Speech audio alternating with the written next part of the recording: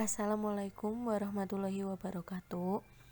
Perkenalkan, kami dari kelompok 11 yang beranggotakan 1. Lina Ayu Mundiarti, NIM 710141826. 2. Destia Lailatul Azizah, NIM 71014188283. 3. Aida Nurhayati, NIM 71014183311. Yang keempat, Yosep Adilaksono, NIM 71014183336. Di sini kami akan mempresentasikan materi mengenai keputusan investasi modal. Yang pertama yaitu jenis-jenis keputusan investasi modal.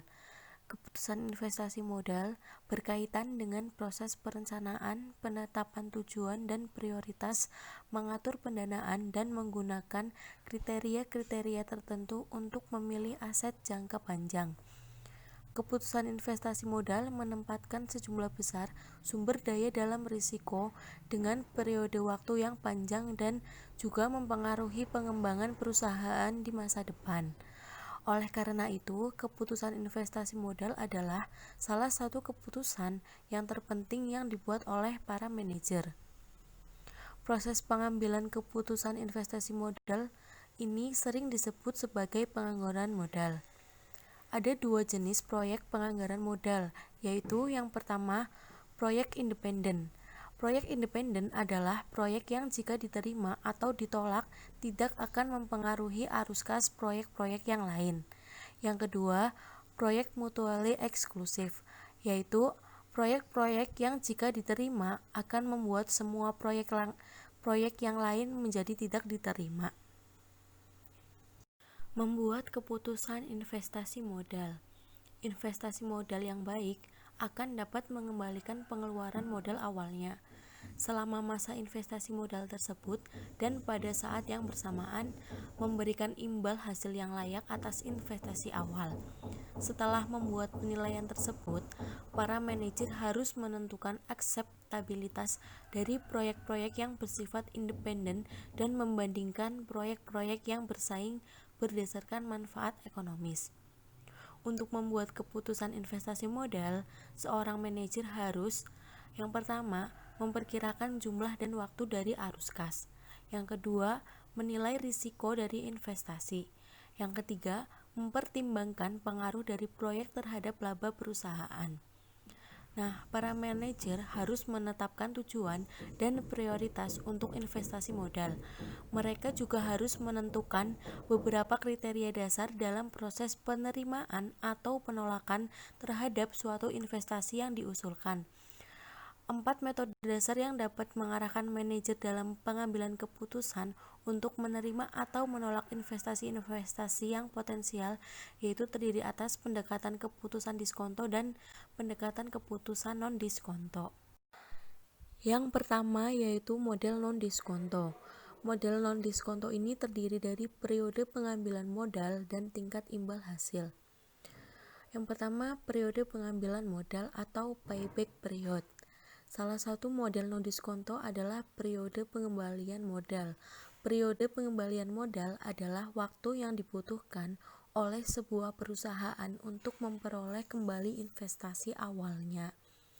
Jika jumlah arus kas dari sebuah proyek memiliki jumlah sama pada setiap periode, maka rumus berikut ini dapat digunakan untuk menghitung periode pengambilan modal.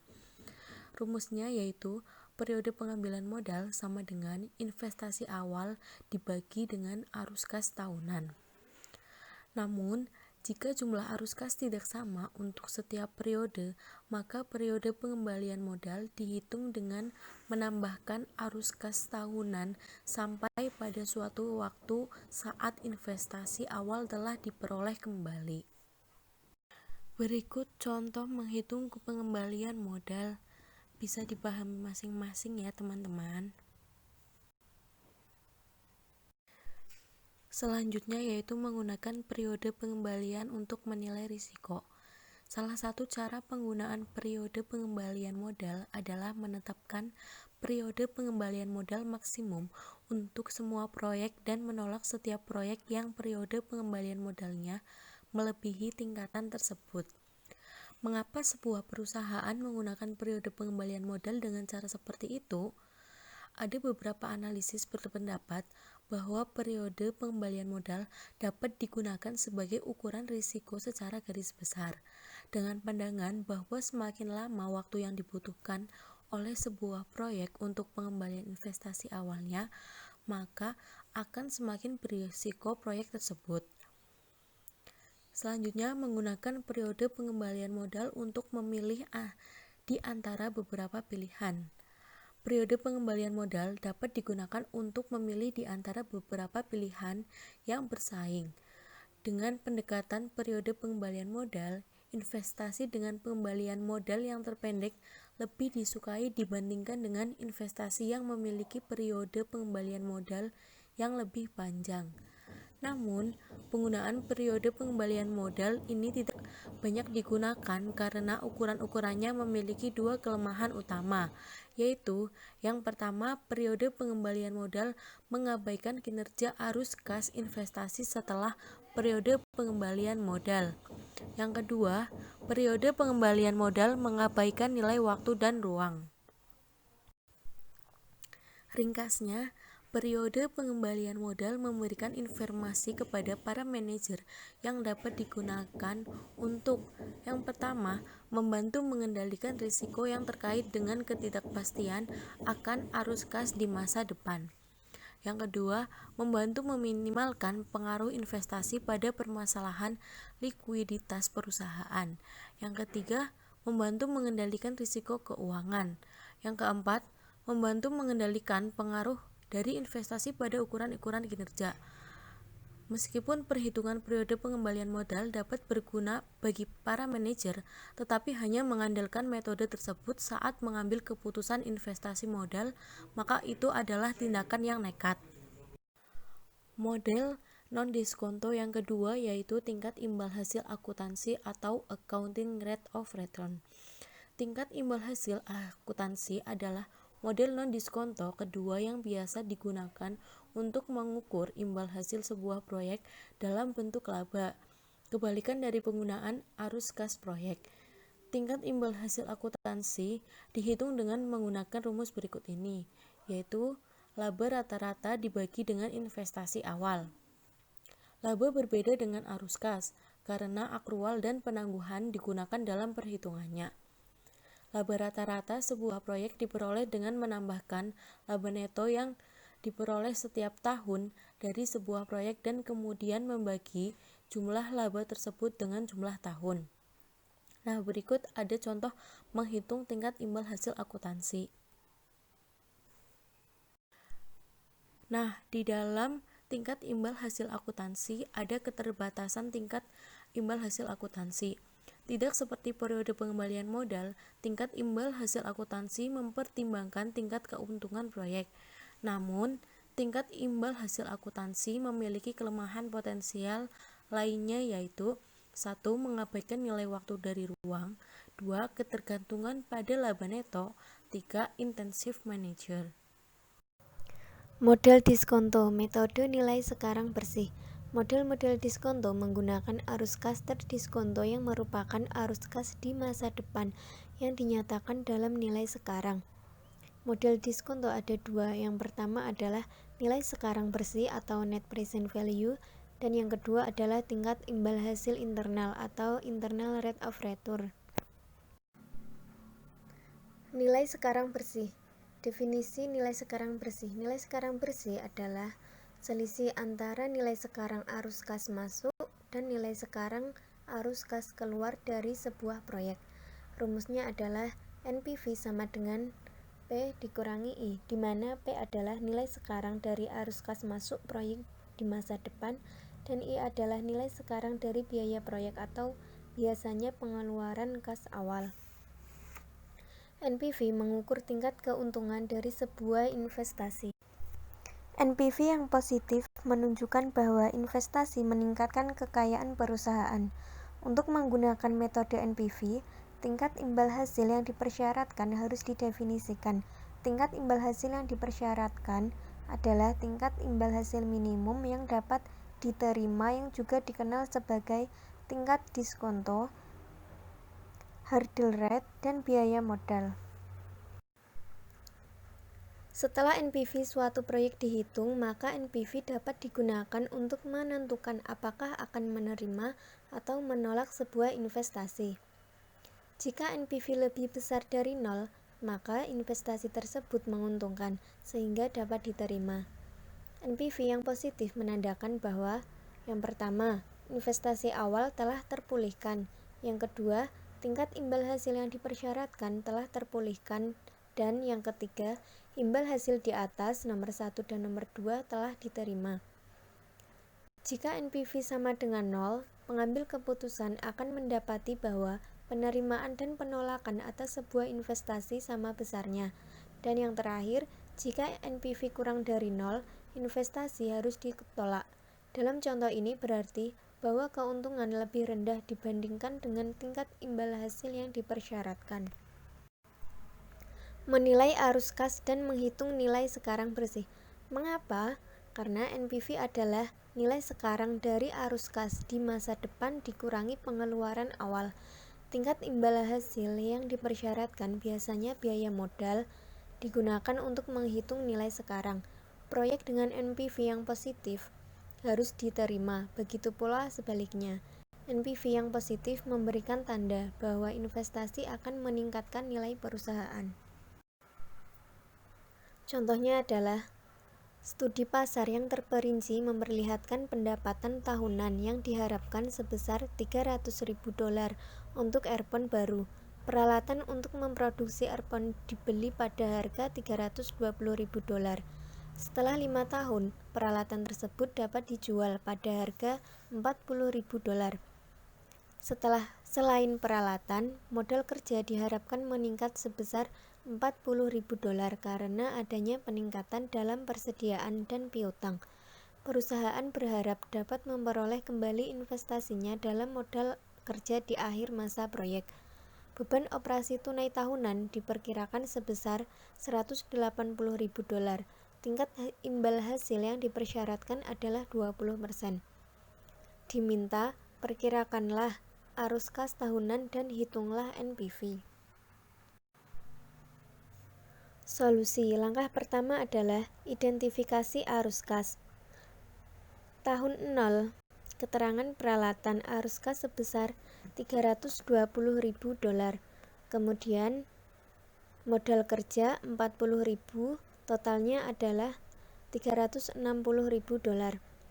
Kemudian tahun 1 sampai 4, pendapatan sebesar $300.000, beban operasi sebesar $180.000 dan hasil pengurangannya adalah $120.000. Kemudian tahun kelima, pendapatan $300.000, beban operasi $180.000, nilai residu $40.000, perolehan kembali modal kerja $40.000, dan totalnya adalah sebesar $200.000. Langkah yang kedua, analisis NPV. Tahun 0, arus kas $360.000, faktor diskonto 1,0, nilai sekarang $360.000. Tahun pertama, arus kas $120.000, faktor diskonto 0,89286, nilai sekarang 107.174. Tahun kedua, arus kas $120.000, faktor diskonto 0,79719, nilai sekarang 95.663. Tahun ketiga, $120.000, faktor diskonto 0,71178, nilai sekarang 85.414. Tahun keempat, arus kas $120.000, faktor diskonto 0,63552, nilai sekarang adalah 76.262. Tahun kelima, arus kas $200.000, faktor diskonto 0,56743, nilai sekarang adalah 113.486. Dan total nilai sekarang bersih adalah 117.968. Kemudian langkah yang selanjutnya adalah analisis NPV. Tahun 0 arus kas 360.000, faktor diskonto 1,000, nilai sekarang 360.000. Tahun 1 sampai 4 arus kas 120.000, faktor diskonto 3,03735, nilai sekarang 364.482. Dan tahun yang kelima arus kas 200.000, faktor diskonto 0,56743, nilai sekarang adalah 113.486, dan nilai sekarang bersih adalah 117.968.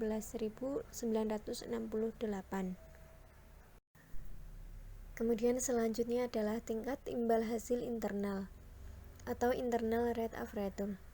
Tingkat imbal hasil internal didefinisikan sebagai tingkat suku bunga yang membuat nilai sekarang dari arus kas proyek sama dengan nilai sekarang dari biaya proyek. Dengan kata lain, IRR adalah tingkat suku bunga yang membuat NPV sebuah proyek menjadi 0. Cara menentukan IRR sebuah proyek dapat dilihat pada rumus sebagai berikut.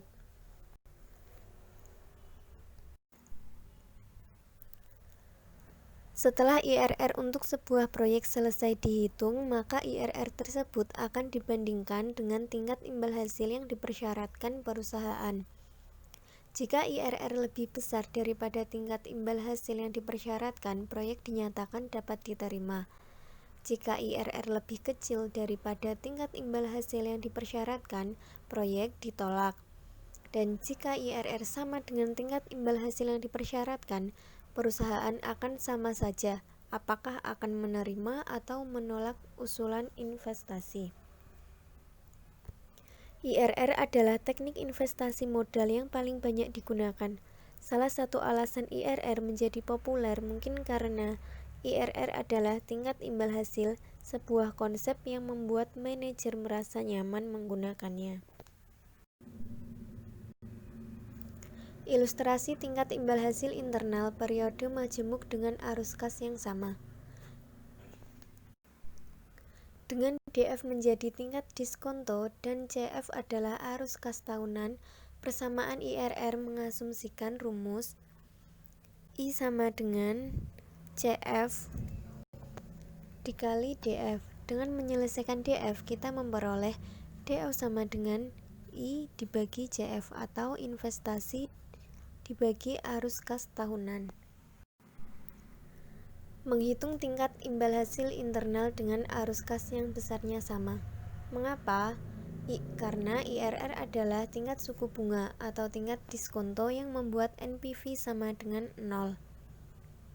Investasi yang dapat diterima harus memiliki IRR yang lebih besar dari tingkat imbal hasil yang dipersyaratkan. Biaya modal.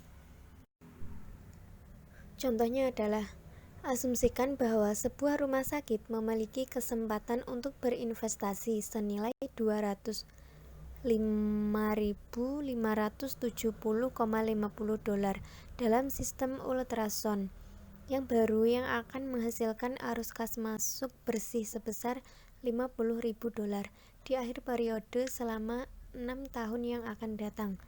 Diminta, hitunglah IRR untuk sistem ultrasound tersebut. Caranya adalah DF sama dengan I dibagi CF sama dengan 205.570,50 dibagi 50.000 dolar sama dengan 4,11141. Karena umur proyeknya 6 tahun, maka cari baris ke-6 di tampilan 14B2 pada halaman 864. Dan kemudian bergerak di sepanjang baris tersebut sampai menemukan DF sama dengan 4,11141. Tingkat suku bunga yang sesuai dengan 4,11141 adalah 12% yang merupakan IRR dari proyek rumah sakit tersebut. Pembahasan selanjutnya yaitu kegiatan pasca audit untuk proyek-proyek modal.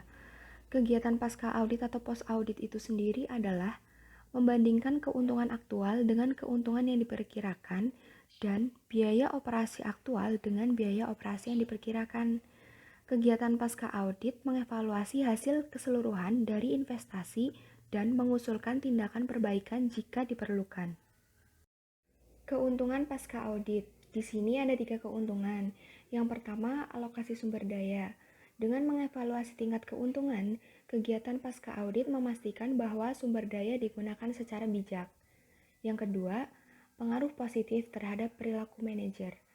Jika para manajer bertanggung jawab terhadap hasil dari keputusan investasi modal, mereka kemungkinan akan mengambil keputusan untuk kepentingan terbaik perusahaan. Selain itu, kegiatan pasca audit memberikan umpan balik kepada para manajer yang seharusnya membantu memperbaiki pengambilan keputusan di masa depan. Yang ketiga, ada perspektif independen. Hasil yang lebih objektif akan diperoleh jika kegiatan pasca audit dilakukan oleh pihak yang independen, karena diperlukan usaha yang cukup besar untuk menjamin independensi staf audit intern sebaik mungkin. Audit intern biasanya adalah pilihan yang terbaik untuk melakukan kegiatan pasca audit. Selanjutnya, ada keterbatasan kegiatan pasca audit. Kegiatan pasca audit tidak murah. Selain itu, meski kegiatan pasca audit dapat memberikan manfaat yang signifikan, kegiatan pasca audit juga memiliki keterbatasan.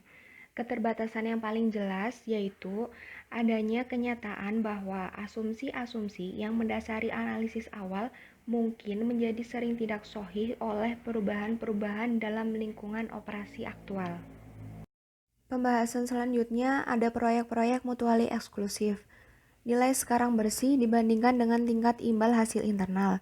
Di sini ada 2 perbedaan antara NPV dan IRR. Yang pertama, metode NPV mengasumsikan bahwa setiap arus kas masuk yang diterima diinvestasikan kembali pada tingkat imbal hasil yang dipersyaratkan. Sedangkan metode IRR mengasumsikan bahwa setiap arus kas masuk diinvestasikan kembali pada nilai IRR.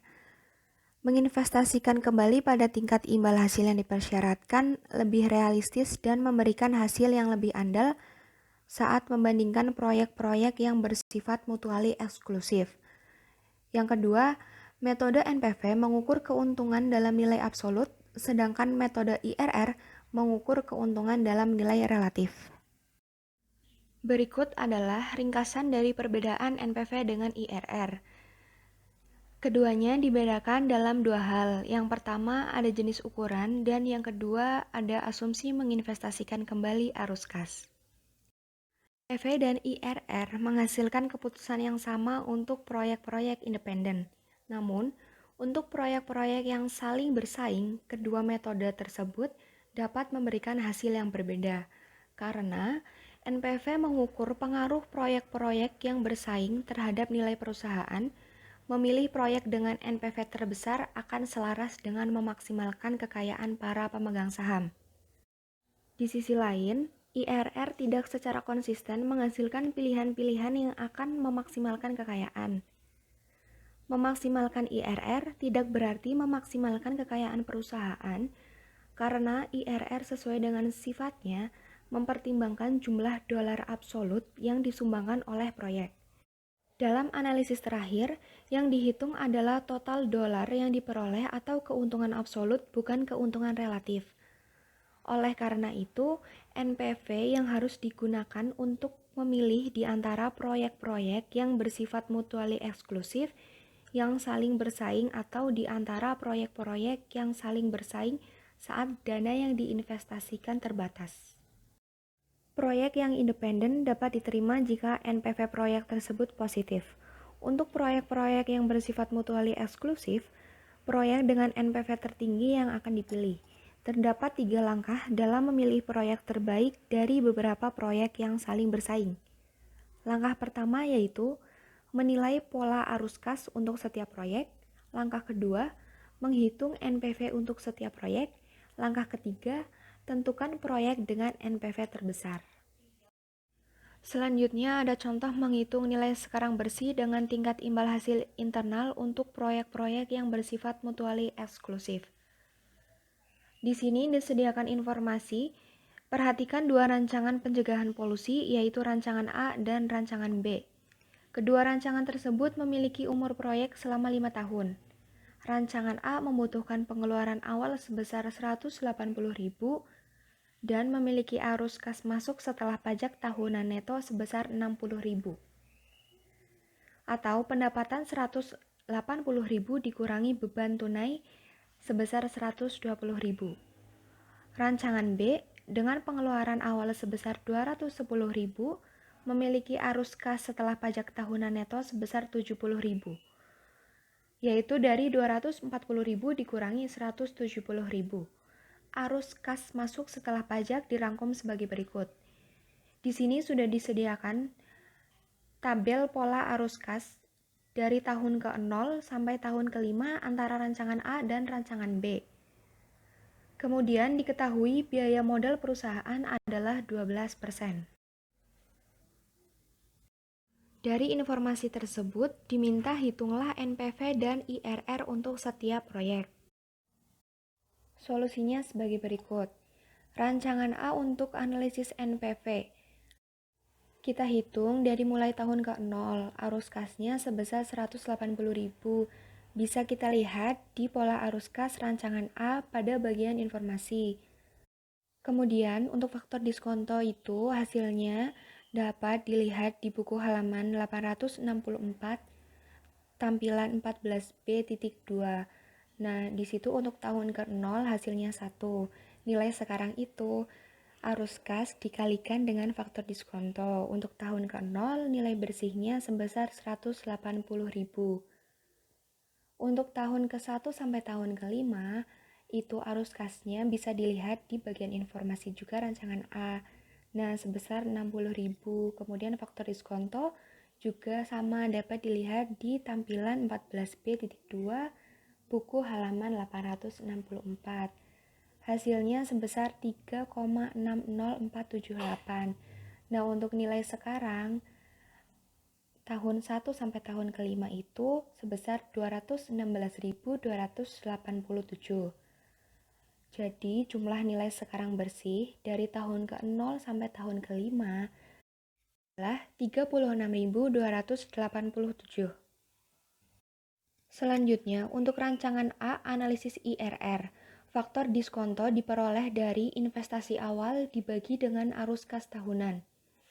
Investasi awal untuk rancangan A itu sebesar 180.000 dan arus kas tahunan sebesar 60.000. Hasilnya sama dengan 3. Dilihat di buku halaman 864 tampilan 14B.2 dengan DF3 untuk 5 tahun mengimplikasikan IRR sama dengan 20%. Kemudian untuk rancangan B, antara analisis NPV dengan analisis IRR, cara menghitungnya sama dengan rancangan A. Yang membedakan hanya nominal. Nominalnya dapat dilihat di informasi bagian rancangan B.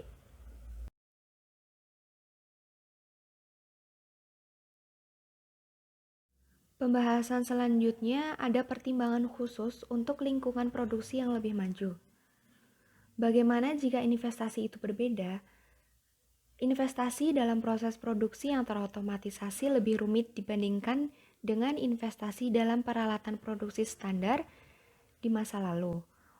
Untuk peralatan standar, biaya langsung pembelian hampir mewakili semua investasi. Untuk sistem produksi terotomatisasi, biaya langsung dapat mewakili setidaknya 50-60% dari total investasi. Perangkat lunak, teknik, pelatihan, dan penerapan adalah persentase yang signifikan dari total biaya. Oleh karena itu, perusahaan harus memberikan perhatian yang lebih besar dalam menilai biaya aktual dari sistem yang terotomatisasi.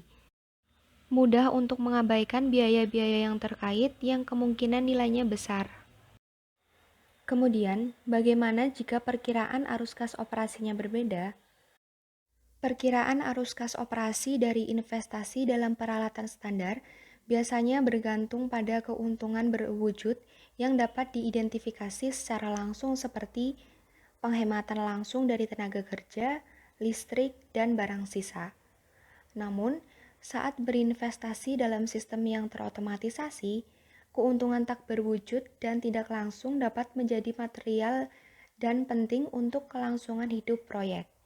Kualitas yang lebih besar, lebih andal, pengurangan waktu tunggu, kepuasan pelanggan yang meningkat, dan peningkatan kemampuan untuk mempertahankan pangsa pasar adalah semua keuntungan tak berwujud yang penting dari sistem produksi yang lebih maju. Contoh soal, Ziles Manufacturing sedang mengevaluasi investasi potensial dalam sistem produksi yang fleksibel. Pilihan yang dihadapi perusahaan adalah melanjutkan kegiatan produksi dengan peralatan lamanya yang diharapkan akan bertahan selama 10 tahun atau mengganti ke sistem baru yang juga diperkirakan memiliki masa manfaat 10 tahun. Tingkat diskonto Ziles adalah 12%. Data terkait dengan investasi adalah sebagai berikut. Pendekatan yang ekuivalen adalah menghitung NPV dari arus kas inkremental dari sistem baru. Jika NPV untuk arus kas inkremental positif, maka peralatan baru lebih disukai dibandingkan dengan peralatan lama. Menggunakan data inkremental dari sistem yang diusulkan dapat dihitung sebagai berikut. Nilai sekarang diperoleh dari keuntungan inkremental dikali dengan faktor diskonto. Keuntungan inkremental sebesar 4 juta dikali faktor diskonto 5,65022 itu diperoleh dari tabel halaman 864 tampilan 14B.2 untuk tingkat suku bunga sebesar 12% dan masa manfaat 10 tahun. Sehingga hasil untuk nilai sekarang adalah sebesar 22.600.880. Selanjutnya, untuk nilai investasi sebesar 18 juta dapat diperoleh dari tabel. Jadi, nilai NPV adalah sebesar 4.600.880. NPV positif dan besar dan sangat jelas memberikan tanda penerimaan FMS. Namun, hasil tersebut bergantung pada pengenalan secara eksplisit keuntungan tak berwujud dan tak langsung. Jika keuntungan tersebut dihilangkan, maka total penghematan langsung adalah 2,2 juta dan NPV negatif. Dapat dilihat dari perhitungan, nilai sekarang sebesar 12.430.484 diperoleh dari 2.200.000 dikalikan dengan faktor diskonto yaitu sebesar 5,65022. Sedangkan nilai investasinya sebesar 18 juta. Sehingga nilai NPV sebesar minus 5.569.516. Jika arus kas menurun pada saat investasi dibatalkan, penurunan ini harusnya muncul sebagai keuntungan inkremental untuk teknologi yang lebih tinggi. Ziles memperkirakan bahwa keuntungan tersebut sebesar 1 juta. Jika keuntungan tersebut telah diabaikan, maka NPV akan menjadi negatif dan pilihan investasi akan ditolak. Perhitungannya adalah sebagai berikut. Nilai sekarang sebesar 16.950.660, nilai investasinya adalah 18 juta, sehingga nilai NPV sebesar minus 1.049.340. Oke, kami dari kelompok 11, akuntansi manajemen. Terima kasih atas perhatiannya. Mohon maaf apabila ada kesalahan. Silakan bertanya. Twitter for you. Silakan bertanya.